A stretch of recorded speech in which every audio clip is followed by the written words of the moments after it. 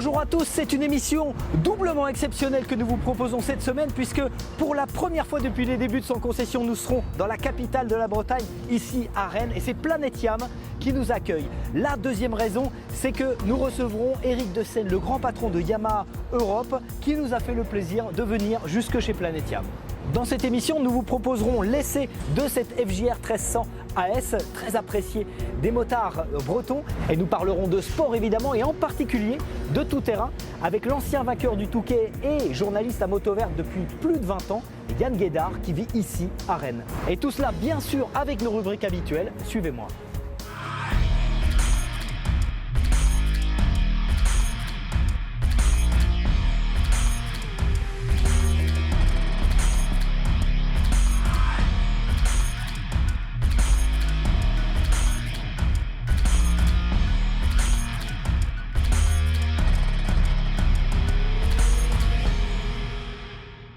Nous sommes donc dans la capitale de la Bretagne et c'est Stéphane Carmoine de Planète Yam qui nous accueille. Bonjour Stéphane. Bonjour.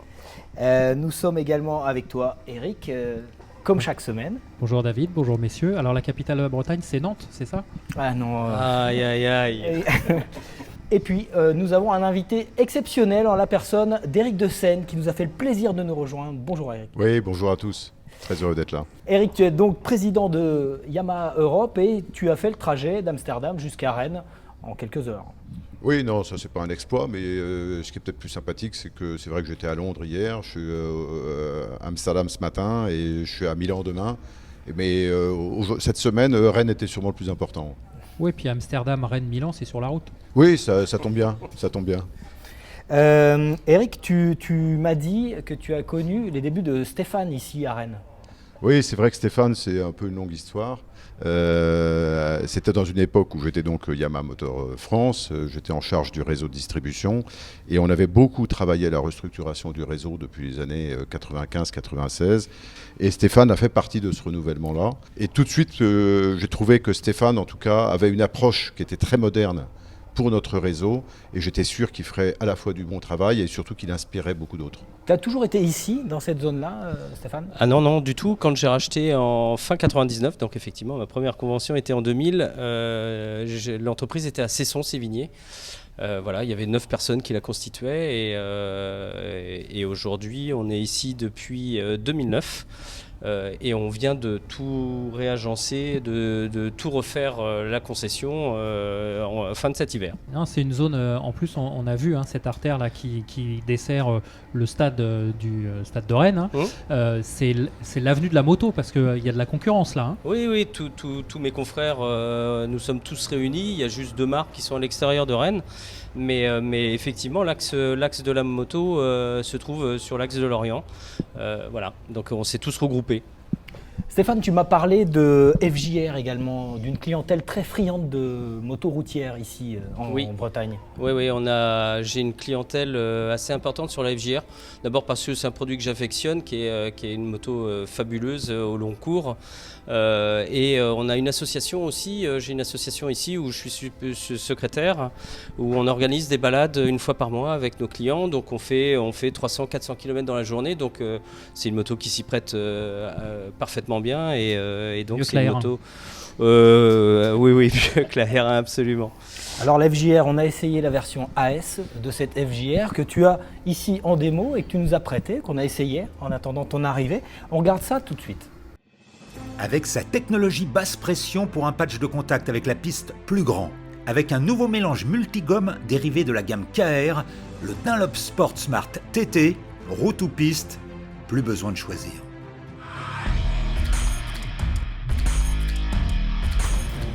Donc Pierre, tu vas nous prêter cette FJR AS.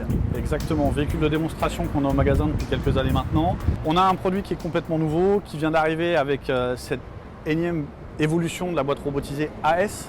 Ouais. On a une FJR A, une FJR AE, une FJR AS que tu vas essayer aujourd'hui. 4e génération, c'est ça? C'est ça. Alors au-delà du full power 150 chevaux, des suspensions pilotées à réglage électrique qu'on a sur cette version, le gros point fort aujourd'hui c'est la boîte AS, semi-automatique, robotisée. Ouais, ça veut dire que c'est pas automatique, c'est-à-dire qu'il faut quand même faire l'action de passer les vitesses. Exactement. Voilà. La moto ne passera pas la vitesse toute seule. L'idée, c'est de supprimer globalement ce petit mouvement parasite que l'on a tous quand on conduit nos motos avec un embrayage plutôt traditionnel. Là, tout se passe au pouce ou à l'index, Ouais, ou au pied. ou au pied. On est en scène, on démarre la moto. J'ai vu que tu freinais. Oui. Si tu freines pas, ça démarre pas, c'est comme un scoot. Sécurité. Sécurité au frein pour éviter que le véhicule nous échappe. D'accord. Là, je suis en première. Ouais. Si je fais rien, il se passe rien. Je vais mettre un filet, la moto avance. Ok. Et là, je freine, je suis à l'arrêt. Après, le fonctionnement, c'est le principe d'un shifter. Ouais. Donc, à l'accélération, je suis gaz ouvert Ouais. et je vais tout passer à la montée, à l'index, 2, 3, 4, 5, 6, sans couper les gaz. Et il y a quoi comme autre changement majeur? Alors, on est passé sur des phares éclairage directionnel. Ouais. Donc, en fonction de la vitesse, de l'inclinaison, D'accord.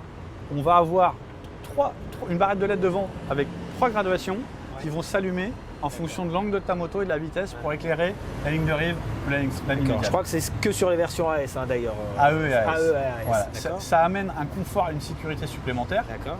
Un mode touring plus souple, plus onctueux, plus élastique, avec une réponse à l'accélération qui va vraiment être douce. D'accord. Et un mode sport plus dynamique, plus punchy, où là, quand on ouvre, on a une machine qui est plus vivante, qui est plus réactive. J'ai lu aussi qu'elle était préparée, pas équipée, mais préparée pour accueillir un système DR Exactement. DNS de airbag. Aujourd'hui, Donc il y a la Gold qui a l'airbag, qui peut avoir l'airbag de C'est ça. série, et celle-ci peut accueillir l'airbag DNS, c'est ça? exactement. On peut changer le mode en roulant ou Oui. faut être arrêté? Non, en roulant, donc soit à l'arrêt tel qu'on est là en train de le faire, soit en roulant, mais il faut préalablement que tu changes les gaz. Le Ouais, petit clin d'œil, c'est de se couper, dire quoi. faut que tu coupes les gaz, on ne peut pas changer de chaussure en courant. La C'est première en à haut. l'index, Je l'ai fait au pied, c'est pareil. je ferai la suite à l'index, c'est parti, à tout à Très l'heure. bien. Allez, Bonne salut. balade.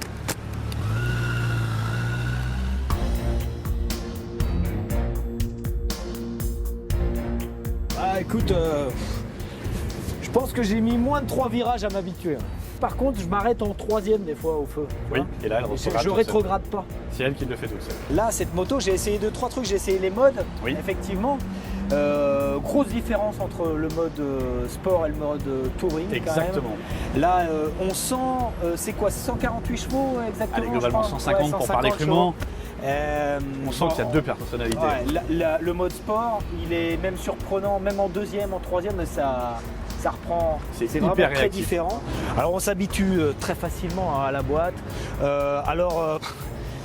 Passer la 6 ici dans Rennes et ses environs, on prend des risques forcément parce que ça reste une routière sportive rapide et puis en usage rapide. Elle est plus stable que les précédentes versions de FJR. Forcément, dans les circonvolutions urbaines, elle est assez lourde quand même. Elle est large et lourde parce que moi, je fais 1m76 et là, voilà, je touche. Bon, elle est basse, mais elle est large. Et le confort, je me sens de faire pas mal de bornes. Je me sens de rentrer chez moi avec. Alors avec cette bulle d'origine, avec cet ensemble valise top case, elle est affichée à combien cette machine? C'est une machine qui aujourd'hui vaut hors accessoire 20 299 €, véhicule neuf, garantie 2 ans. Et puis après, en fonction des finitions, des accessoires, on essaye toujours de trouver un deal qui va bien avec nos clients. Bon, je te la garde alors pour Pas le de week-end. problème. Et Merci. puis on se revoit la semaine prochaine. Ok, merci. Ciao David, Salut. à bientôt. Il y a une nouvelle Yamaha qui arrive sur le marché et on voulait inviter Barbara Collet sur le plateau, mais Barbara, elle était en train de montrer le nouveau ou la nouvelle, le nouveau Nikon. On dit Nikon ou on dit Nikon? Le Nikon. Le Nikon. Le Nikon. Donc, Barbara est en train de faire des démos avec le nouveau Nikon auprès de tous les concessionnaires, zone sud, zone nord. Tu as pu l'essayer, le Nikon Oui, alors c'est difficile d'être court sur le Nikon, mais je vais essayer de l'être. Parce que le Nikon, c'est vraiment, je ne veux pas dire que je suis un des pères, mais pas loin, puisque j'ai eu la chance d'essayer l'étude de faisabilité. Ça veut dire que ce n'était pas encore, même pas un proto, il n'y avait pas de code à l'usine pour imaginer qu'on fasse un projet avec une moto un jour qui sera commercialisée. Et j'étais sur le circuit d'essai de Yamaha, et on m'a sorti sous une bâche un petit ingénieur qui m'a dit « Eric, on voudrait que vous ayez essayé ça ». Et c'était le Nikon. Dans une version qui était encore très bricolée. Mais moi, j'ai été extrêmement séduit dès le départ, extrêmement séduit. Parce qu'on se retrouve avec une moto qui vous donne 2 fois plus d'informations de l'avant. Ça veut dire qu'on a une communication avec la moto, une sensation de grippe et une remontée d'informations qui fait que d'un seul coup, on se trouve beaucoup plus brave et beaucoup plus courageux à aller chercher l'angle et à oser rentrer en courbe vraiment sur les freins avec de la vitesse et en ayant un sentiment de remontée d'information et de confiance qui est absolument exceptionnel. Clairement, c'est une moto. C'est une moto, non, c'est une moto. C'est pour ça que moi j'essaye de rester intègre sur l'approche. C'est une moto. Alors après, c'est une moto qui a une drôle de tronche, c'est une moto qui a, voilà, elle a plein de trucs bizarres et qui pourrait faire croire que c'est pas une moto. Mais sauf que roulez et puis vous verrez, c'est une moto. Et c'est une moto qui, du coup, une fois qu'on a compris que c'était une moto, a des capacités géniales. Génial. Et quand j'ai été emmené, parce que vraiment j'ai voulu suivre jusqu'au bout, quand j'ai emmené les journalistes en Autriche, on était à Kitzbühel, on a fait 300 bornes dans la journée, et sincèrement, et c'est totalement sincère, dans mon casque, je me disais au retour, je me disais, mais comment est-ce que je pourrais revenir en arrière quand c'est pour ce genre de pratique? On a pu juger de tes activités de test rider lors d'un reportage. On t'a suivi, Eric. On t'a suivi même très loin puisqu'on est allé jusqu'à rencontrer ton père qui nous a raconté des moments forts puisque c'est les moments où ils se sont rendus compte avec ta mère de l'ampleur de ta passion pour la moto. On regarde tout de suite quelques extraits du documentaire Un motard, une histoire consacré à Éric de Selle.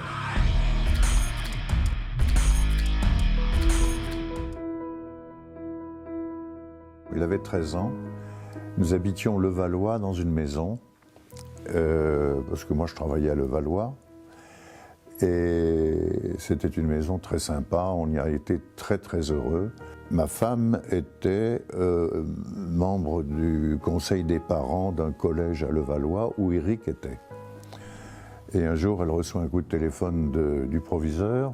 Il lui dit écoutez, je suis désolé, mais Eric chahute, fait rigoler toute la classe, il va redoubler, ça va pas louper ça. Lui rentre à 5h ou 5h30 de l'école. Elle lui dit, je voudrais te voir. Elle était dans la cuisine. Elle lui dit, Eric, j'ai quelque chose de grave à te dire. Voilà ce que m'a dit ton proviseur, etc., ton directeur d'école, etc. Alors ça, c'est dramatique. Maman, c'est pas grave. Ah bon, pourquoi? Parce que je veux faire, j'ai pas besoin de faire d'études. Ah bon, qu'est-ce que tu veux faire? Je veux être pilote d'essai de moto. 13 ans. Voilà, c'est un bel extrait. Eric, quelque part, tu as réalisé ce rêve d'être pilote d'essai, et même au-delà. Écoute, moi j'ai une chance formidable, c'est que la passion de la moto m'a amené à réaliser, je crois, plusieurs vies et à réaliser plusieurs fois le job de ma vie. J'ai eu la chance de plusieurs fois me dire, ça doit être un job d'enfer. Et j'ai eu la chance de le faire. Alors parfois avec déception. Donc ce job d'être test rider de moto pour un constructeur, je l'avais à 15 ans et je me souviens quand j'étais avec Jean-Claude Olivier en 1991, la première fois à Fucureuil pour aller essayer les motos. Jean-Claude ne comprenait pas ce que je lui disais, mais quand je suis descendu de moto, je lui ai dit « Merci Jean-Claude, grâce à vous, j'ai fait le rêve de ma vie ». Et il ne savait pas à quoi je faisais allusion, mais moi je le savais.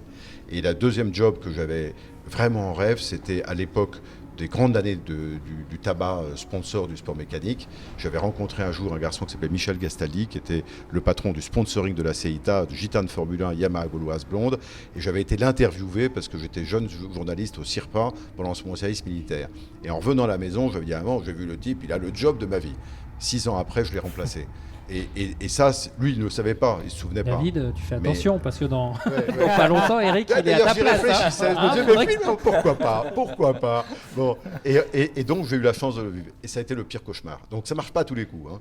Alors on parle de passion évidemment, ici en Bretagne il y a beaucoup de passion pour la moto et même énormément de manifestations contre la loi des 80 km/h et notamment un élu ici, Thierry Benoît, qui a écrit au Premier ministre, qui s'est engagé contre cette mesure en décrivant cela comme une mesure discriminatoire. Est-ce que la Bretagne est plus engagée dans ce combat que d'autres La Bretagne est particulièrement engagée sur plusieurs combats. Et effectivement, cette réglementation sur les 80 km/h, je ne suis pas convaincu, très loin de là, que ça solutionne les problématiques d'accidents qu'on puisse avoir.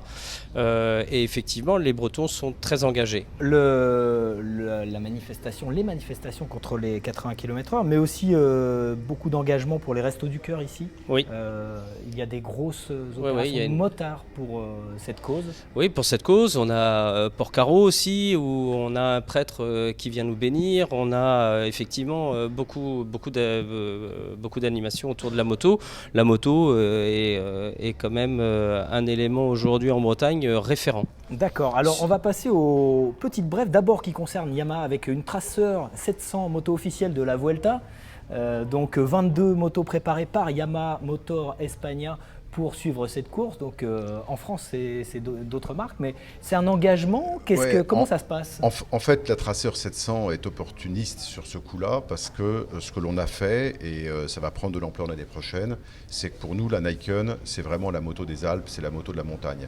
Et donc on a scellé un accord avec 3 grandes courses cyclistes européennes, dont vous connaîtrez les noms bientôt, et pour lesquelles la Nikon sera la moto officielle pour l'année prochaine, parce qu'on veut montrer que cette moto-là, son territoire, c'est vraiment les routes qui tournent, et c'est une manière de montrer qu'on accompagne utilement. On sait que ASO est à la manœuvre sur la Vuelta. Ouais, il me semble, non? Il me semble. Donc, ils en font une autre aussi, je crois. Ouais, je crois qu'ils en font une autre, mais c'est une forme hexagonale, je crois. Comme le partenaire emblématique a perdu et a quitté la scène. Voilà. Alors, on parlait de la Tracer 700, notre 700, la XSR 700 a fait l'objet d'une préparation par les Portugais du Tone Up Garage. C'est une préparation un peu particulière, hein. L'esthétique, un petit peu inspiration RC8 KTM. Enfin, en tout cas, moi je suis resté perplexe, mais bon, la vidéo est étonnante sur cette moto. Enfin, quand on voit ta chemise, les goûts après. Hein. Non, mais je pense que l'idée que l'on a avec tout ça, c'est moi aussi, je suis parfois perplexe et j'arrive pas à savoir ce qu'ils ont voulu faire. Mais à côté de ça, c'est sympa de voir que nos motos arrivent à inspirer et vont dans des axes créatifs qui parfois répondent à une vraie attente, parfois pas. Mais au moins, ça montre que sur la base de cette matière première que représente une XSR 700, ça donne des envies. Alors une autre préparation, ça n'est pas une Yamaha, mais c'est une Java 250 type 353. Restaurée par les Slovaques de Motorun qui ont fait une superbe réalisation. C'est une moto qui a été produite entre 54 et 62. Et puis,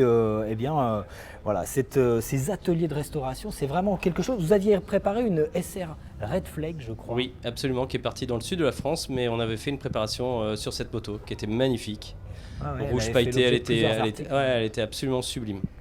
On revient chez Yamaha avec Lucas Mayas qui a entraîné Christophe Pourcel sur le circuit de Mérignac pour une session à la fois super motard et vitesse. Et donc Lucas Mayas, entre ces différentes courses, entraîné par le groupe Louis, évidemment, il est allé initié. Lucas, il est toujours partant pour aller rouler. Il est toujours partant pour faire de la moto. Et il fait toujours ça bien, donc c'est assez sympa. Et il est incroyable de talent, quel que soit le guidon qu'on lui met entre les mains. C'est surtout ça qui est impressionnant.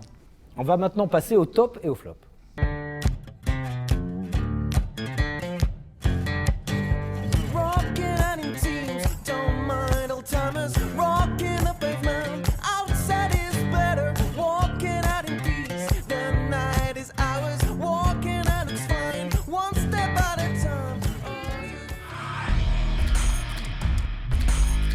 Alors l'actualité Yamaha étant très chargée, on va rester dans l'univers bleu avec le premier top, c'est la moto, la Coloris R1 20e anniversaire qui a été présentée à Goodwood avec Noriyuki Haga en guest.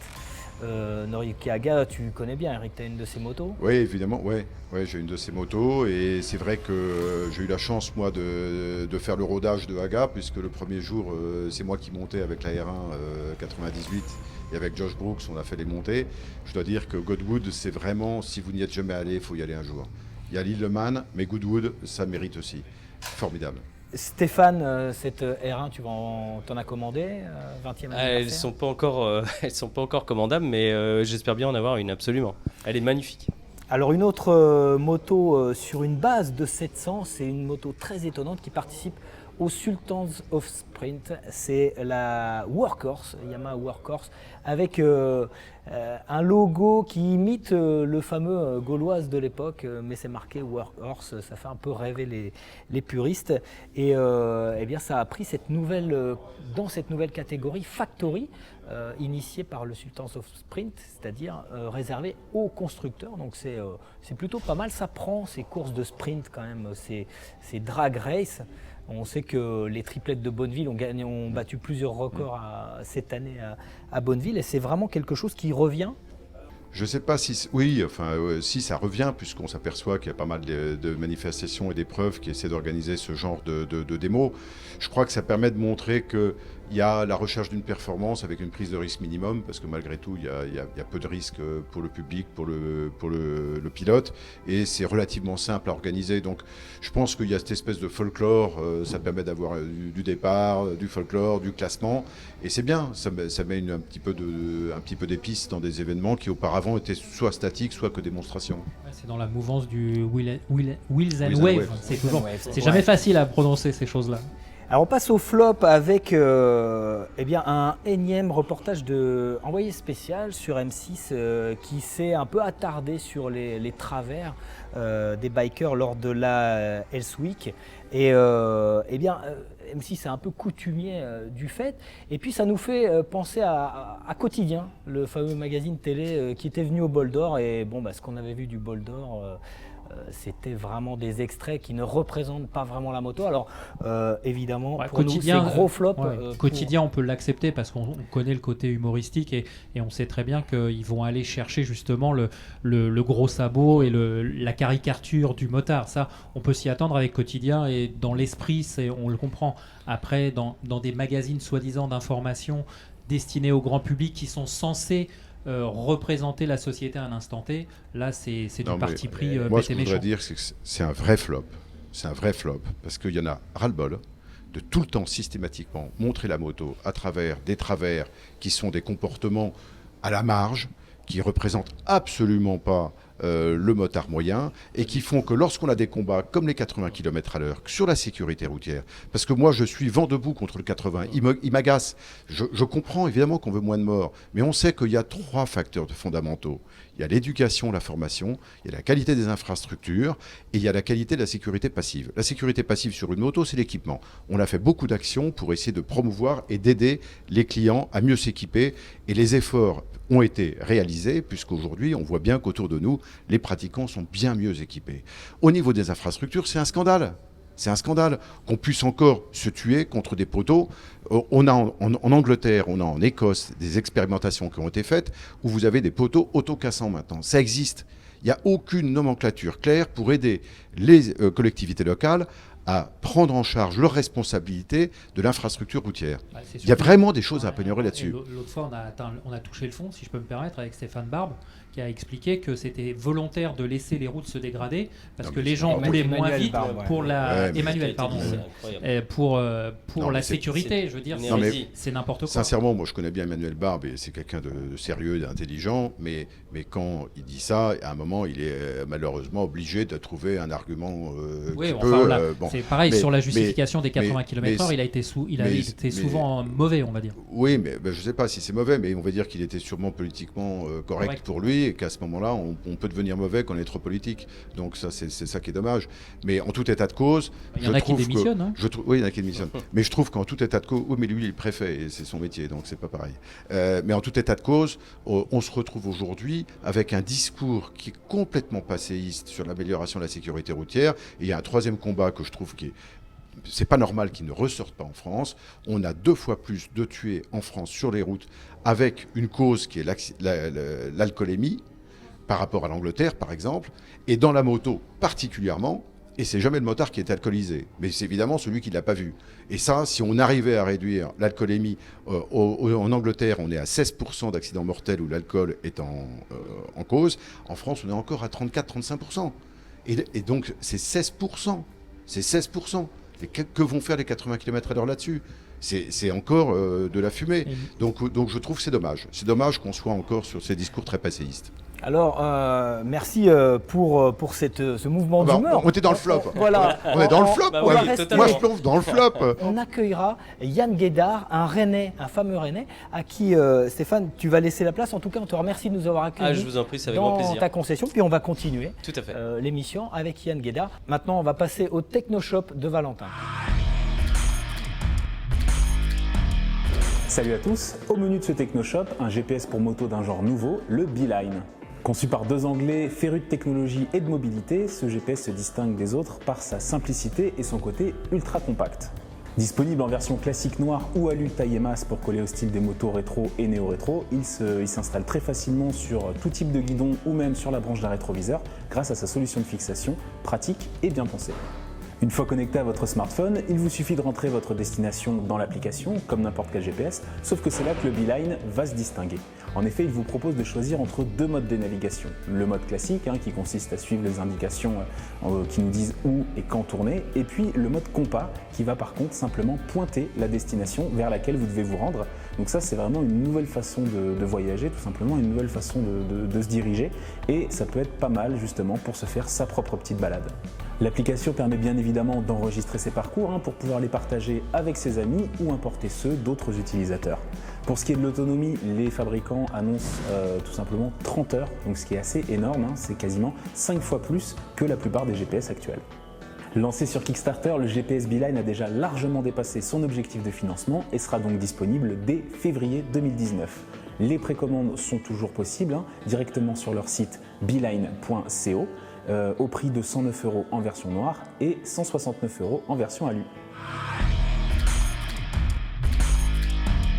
C'est l'heure du débrief sport et nous sommes avec Yann Guédard, un Rennais d'origine qui est resté Rennais malgré plus de 20 ans de travail à Paris.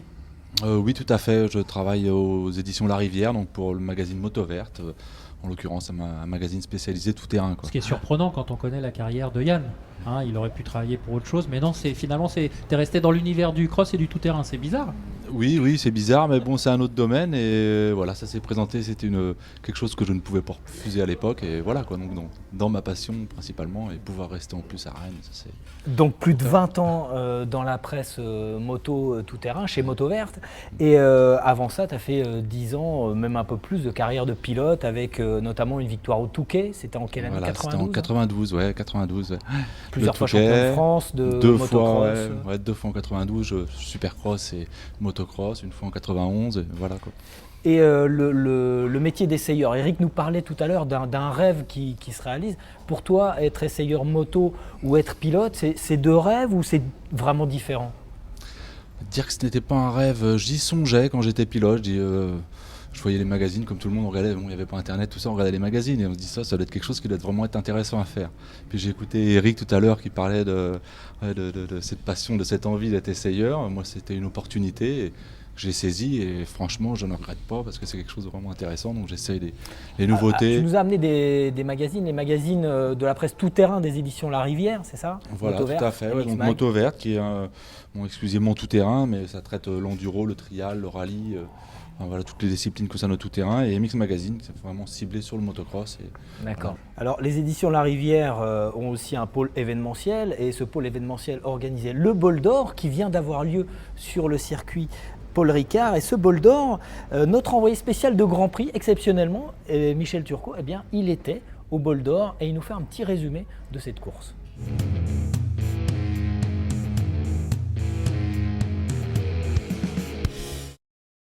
Déjà, c'est la victoire de l'équipe championne du monde en titre. Après avoir décroché la couronne à Suzuka en juillet, l'équipe FCC TSC Honda France s'impose au Ricard. C'est une victoire qui doit beaucoup à la réussite et Freddy Forêt, qui en a souvent manqué, était le premier à le reconnaître.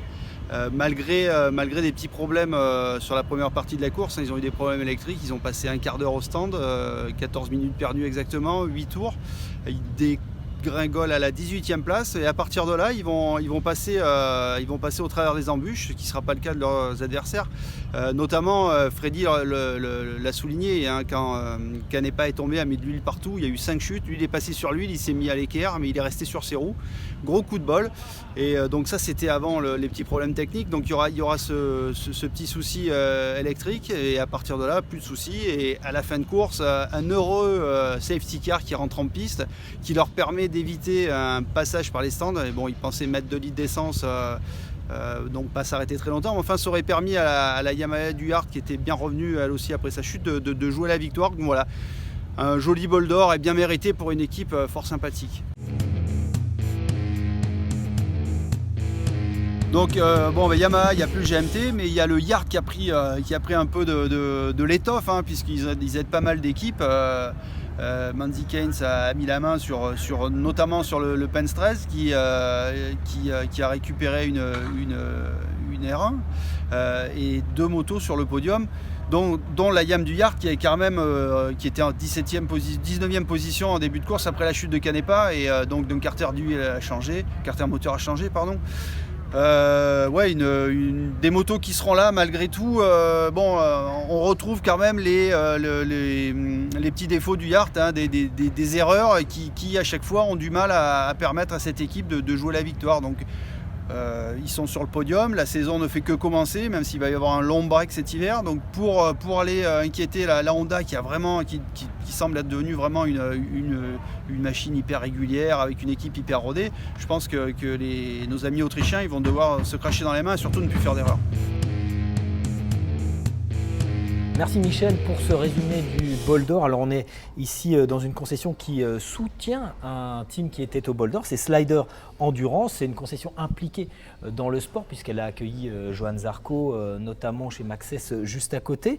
C'était en juin. L'endurance et le bol d'or en particulier a perdu entre guillemets une figure de proue avec le GMT 94 qui est passé à la vitesse, et maintenant c'est le Yamaha Yard qui représente la marque.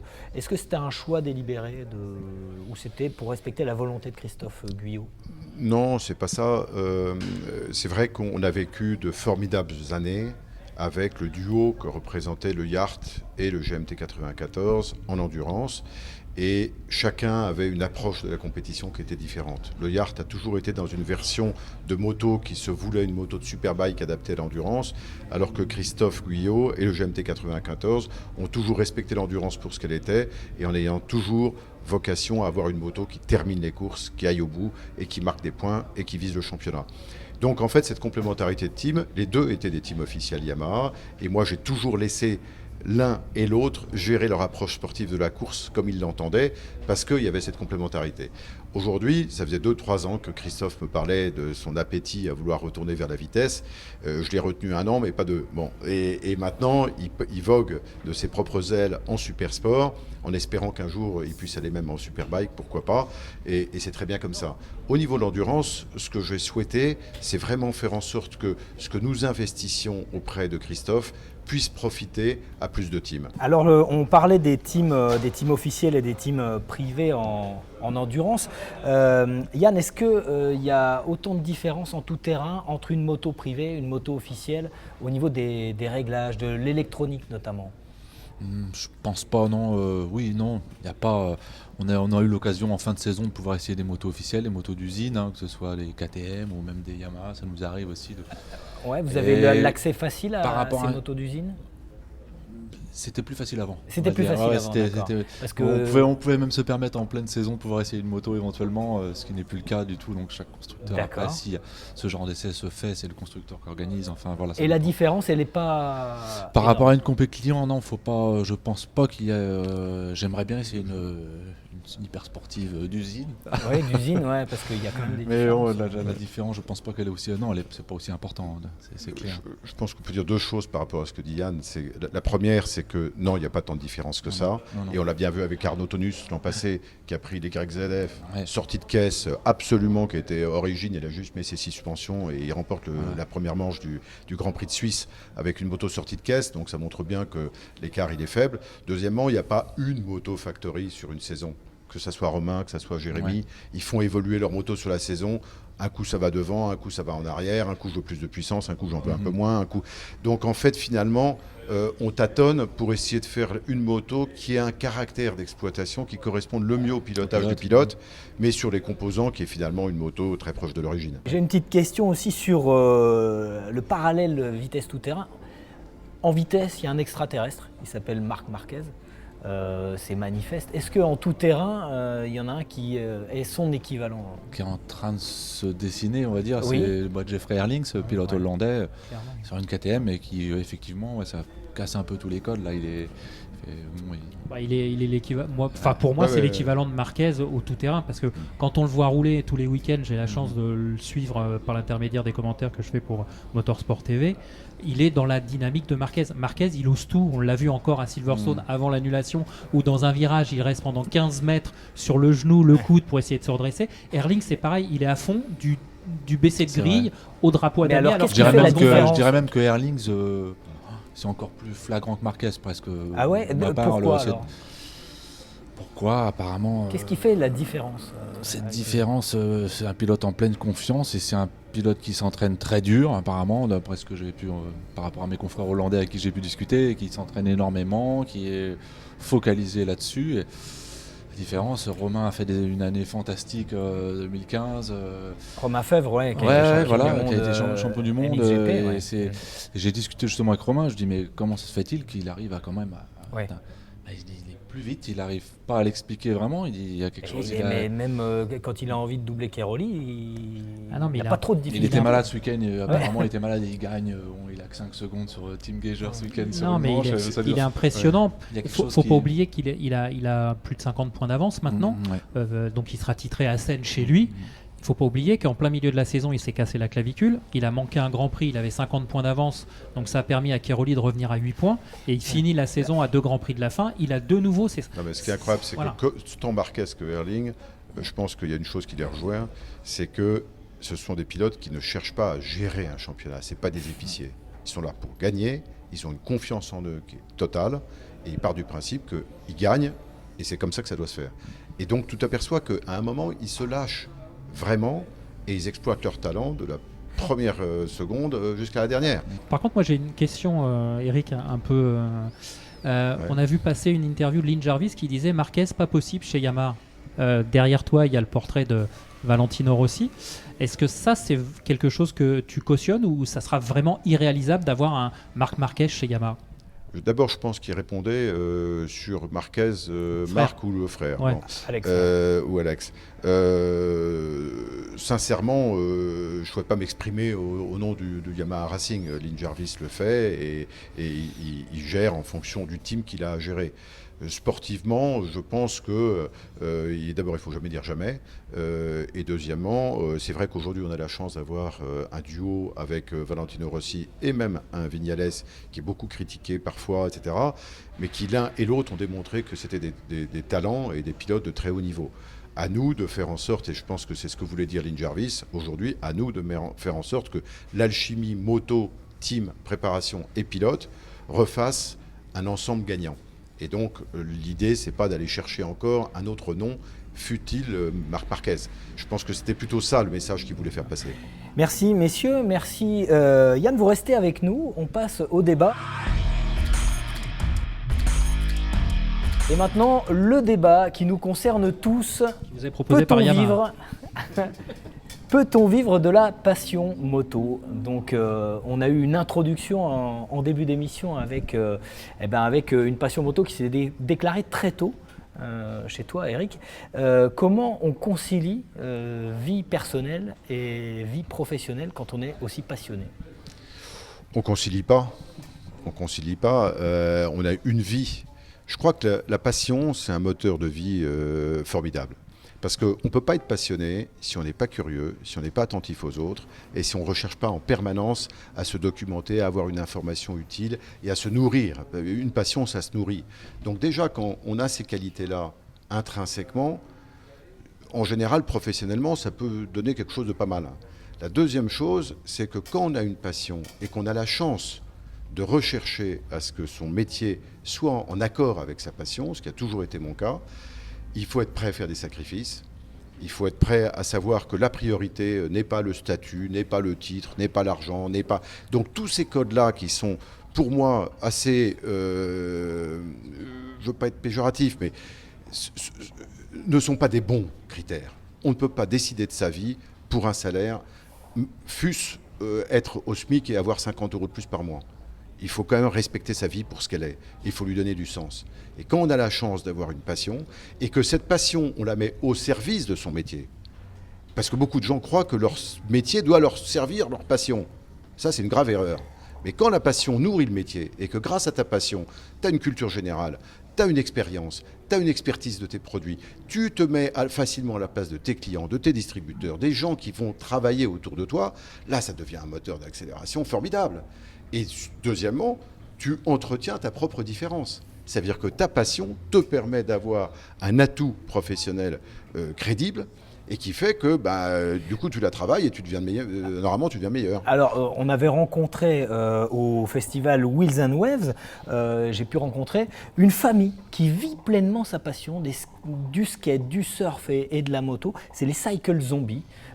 C'est une famille, le père et ses 2 fils, qui préparent des choppers, c'est leur vie, et puis ils parcourent le monde, en famille de préférence. Alors ils font des rides à moto, comme au Wheels and Waves, ils font du skate, ils font du surf, et puis c'est une façon de vivre, et ça les a quelque part un peu rapprochés, donc on les a rencontrés, et il y a un métier de rêve dans la moto, on en a tous rêvé, tous les 3, il y en a un qui l'a fait, il a été pilote professionnel, c'est toi Yann. Quand on vit seulement du métier de pilote, est-ce qu'on est dans la plénitude de son rêve, ou est-ce que quand même on pense à l'après?